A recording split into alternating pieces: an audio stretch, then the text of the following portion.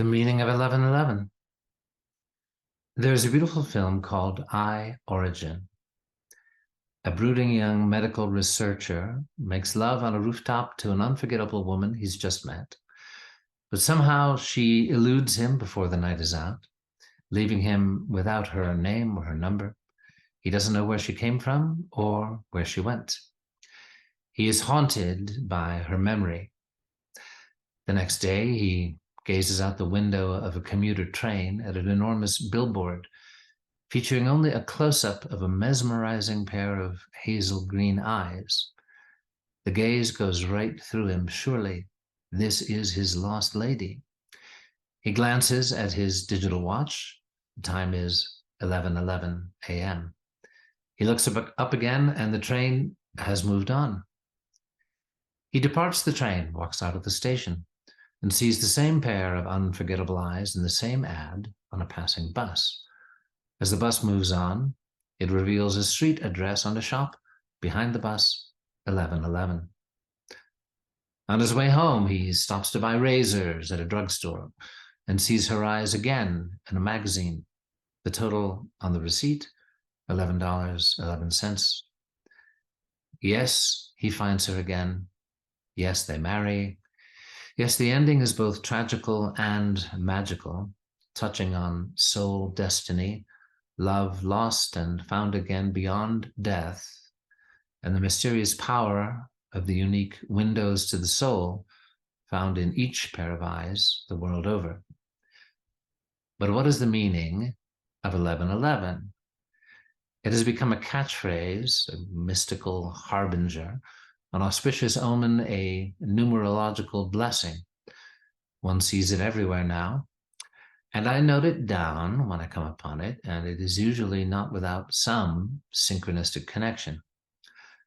But what does it mean? If there are such things as soulmates, I grew up with the example of one in my parents' marriage. It gradually dawned on their 10 children that though they loved us all, and each one dearly, the great passion of their lives was not us, but rather their intimately shared missionary quest as holistic pediatric healers, with the convenient laboratory of their 10 offspring on whom to lovingly experiment. They pursued that missionary intimacy well into their golden years, reluctantly giving up work in their 80s. When they retired to the family farm, their children were somewhat dismayed to find that mom and dad did not want any of us to build another vacation home on the land so we could be nearby. They wanted to be alone together, with occasional visits from their vast brood, but no permanent new neighbors with a sense of carte blanche to drop in anytime. After falling madly in love in their youth, they had raised the 10 of us in a Herculean effort of chaotic parenting, and they wanted to be alone again, to bask in the golden years of that love. My father died at 95, holding my mother's hand. She died 11 weeks later as I held hers. I grew up thinking that this model of marriage was just the way things were supposed to be, and that marriage is to a soulmate and marriage is forever. That is not how it turned out in my case. But I did absorb into my cells this notion of a perfect union of feminine and masculine within one's own soul, which then calls forth the longed-for reflection in another pair of eyes, in whom one beholds one's own essence reflected and glorified.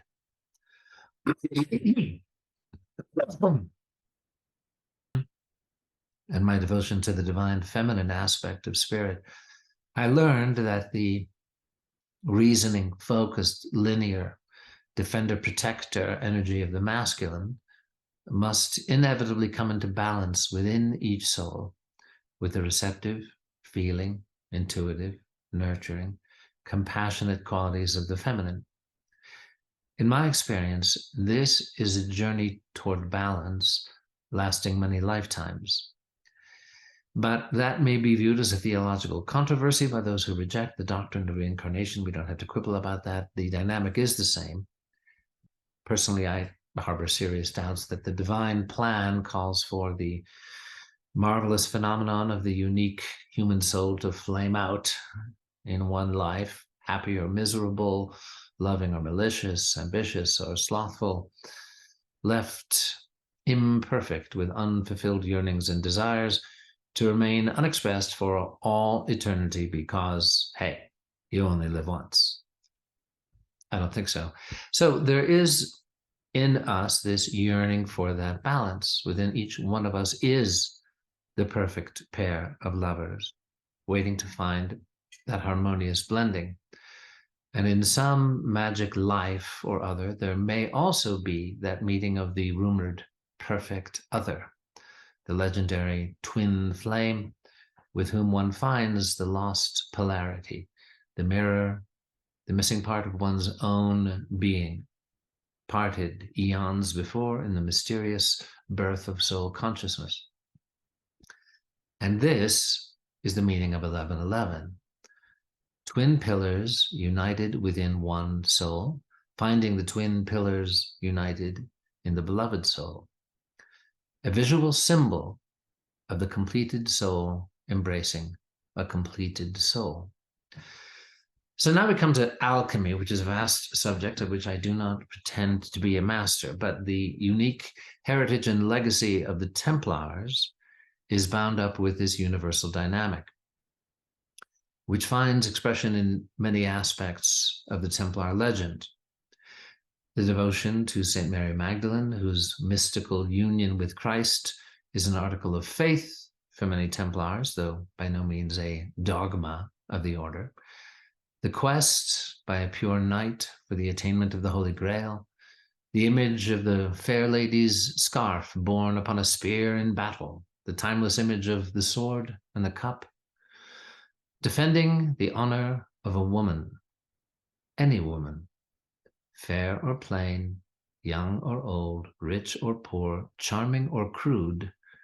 This was the eternal and famous aspect of the medieval code of chivalry, leading to the simplification of the word nowadays to mean simply a man holding a door for a lady or giving her his umbrella in a storm.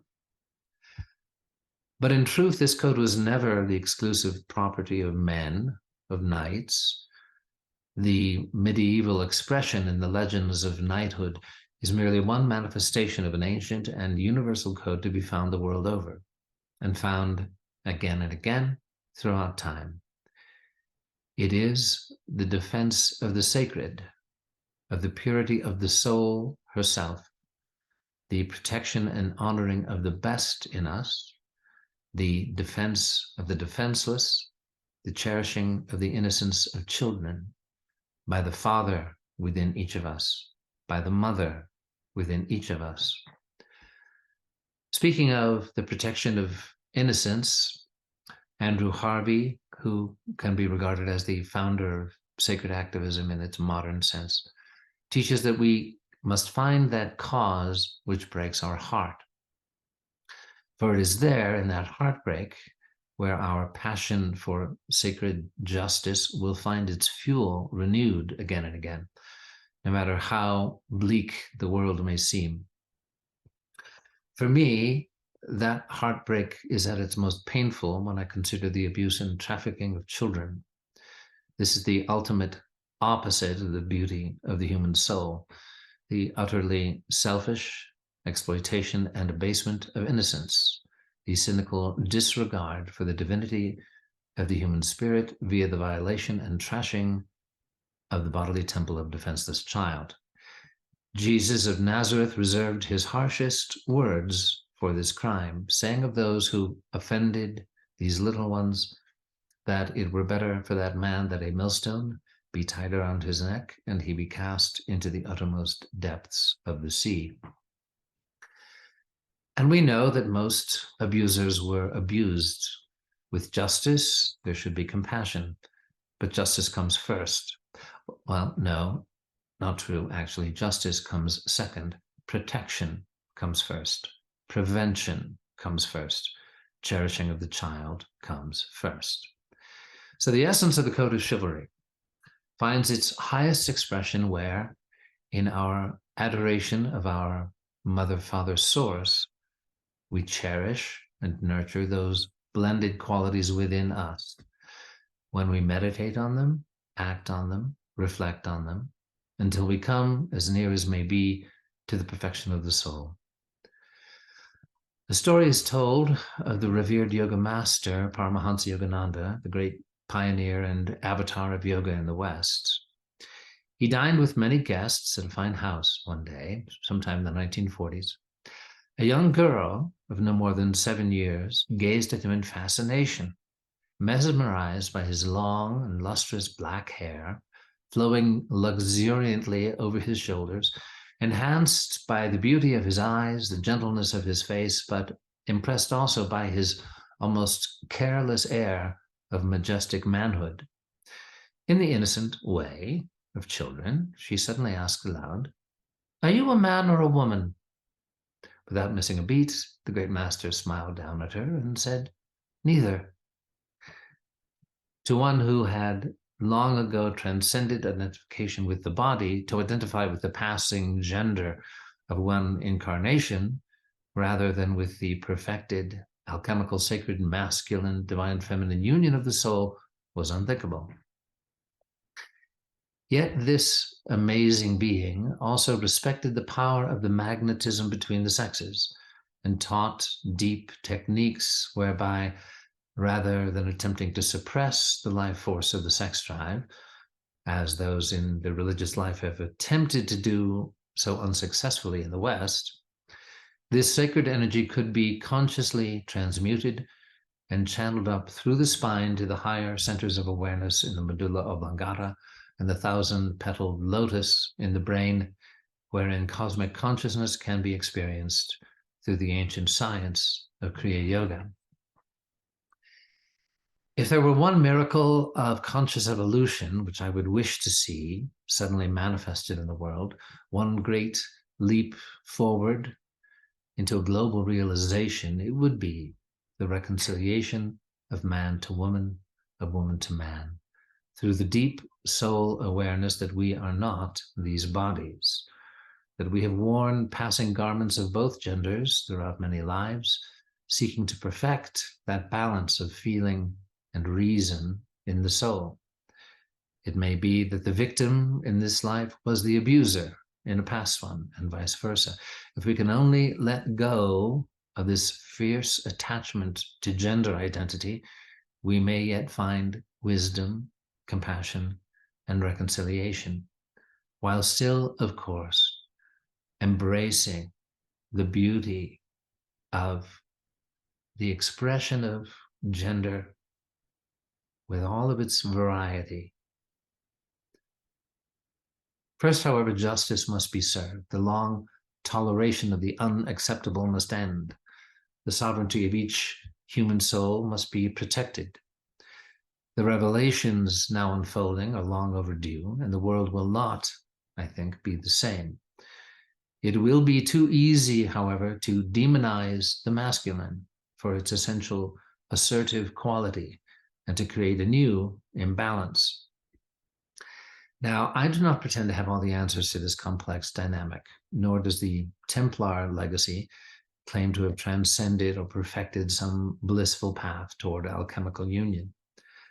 The chaotic reality of life on Earth derives from the tragicomic nature of this planetary school, wherein billions of souls of vastly different stages of spiritual evolution are cast willy-nilly into intimate contact with each other, as when all the grades of school children are jumbled together during recess on the playground, and infinitely complex interplays of karma, dazzlingly various patterns of desire, ambition, yearning, arrogance, pride, greed, humility, saintly devotion, dull ennui, brilliant creativity, and dark, selfish passions all intermingle like stones in a tumbler, knocking and grating on each other until all the rough spots are smoothed out and the imperfections ground into a polish of perfection.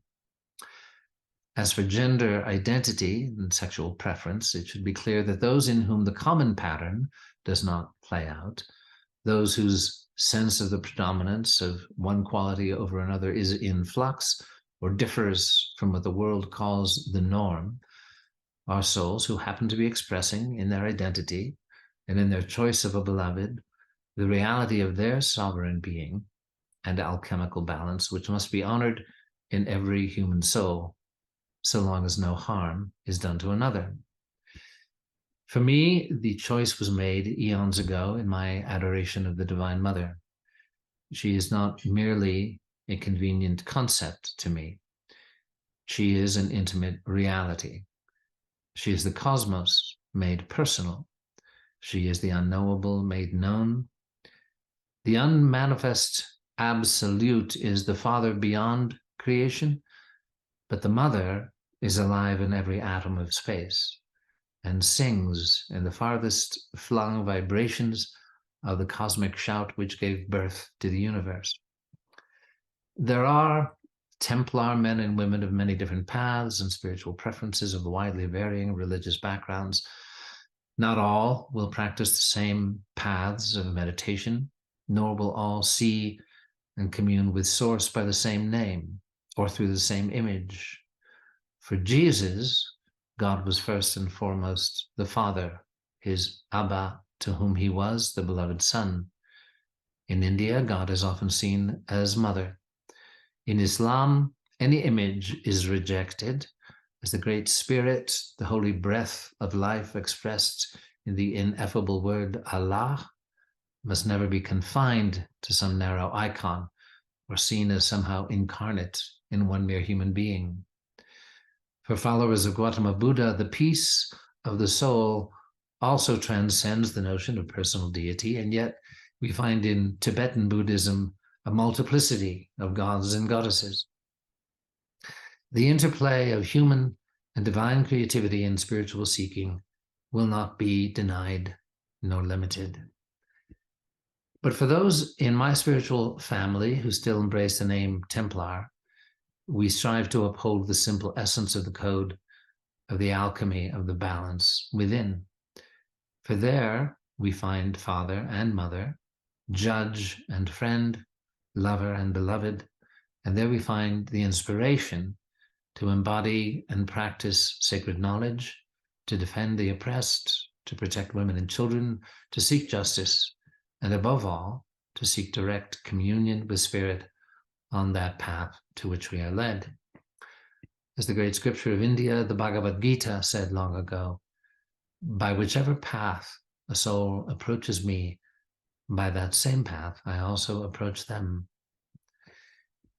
In finding that balance within, the goal of the long heroic struggle is achieved.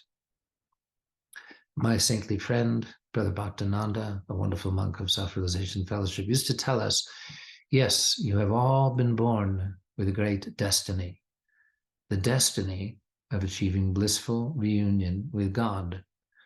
That destiny awaits each one of us.